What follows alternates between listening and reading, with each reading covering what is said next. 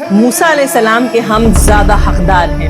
ایسا کہا آپ صلی اللہ علیہ وآلہ وسلم نے جب آپ مدینہ تشریف لائے اور آپ نے دیکھا کہ یہودی عاشورہ کا یعنی 10 محرم کا روزہ رکھتے ہیں، اور پوچھنے پر یہودیوں نے بتایا کہ اس دن اللہ تعالیٰ نے موسیٰ علیہ السلام کو اور ان کی قوم بنی اسرائیل کو فرعون سے نجات دی اور فرعون اور اس کے لشکر کو ہلاک کیا، اور اسی لیے موسیٰ علیہ السلام نے شکرانے کے طور پر عاشورہ کا روزہ رکھا جسے یہودی بھی فالو کرتے ہیں، اور اس دن کی اہمیت کی وجہ سے آپ صلی اللہ علیہ وآلہ وسلم نے بھی عاشورہ کا روزہ رکھا، صحاباؤں کو بھی تاکید کری، اور پھر آپ نے فرمایا کہ اگر میں اگلے سال زندہ رہا تو 9 محرم کا بھی روزہ رکھوں گا تاکہ یہودیوں سے ہماری سملیرٹی نہ رہے اور مسلمانوں کی اپنی الگ پہچان ہو، اور اس لیے ہم بطور سنت 9 اور 10 عاشورہ کا روزہ رکھتے ہیں۔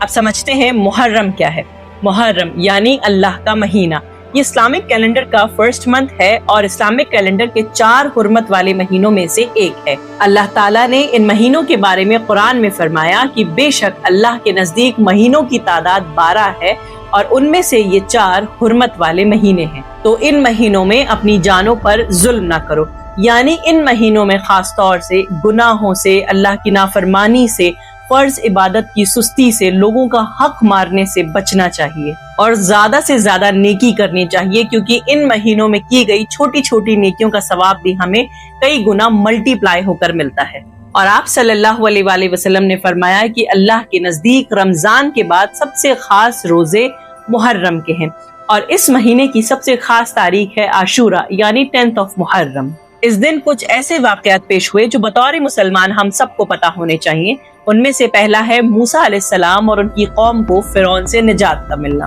نمبر 2، آدم علیہ السلام کی توبہ کا قبول ہونا۔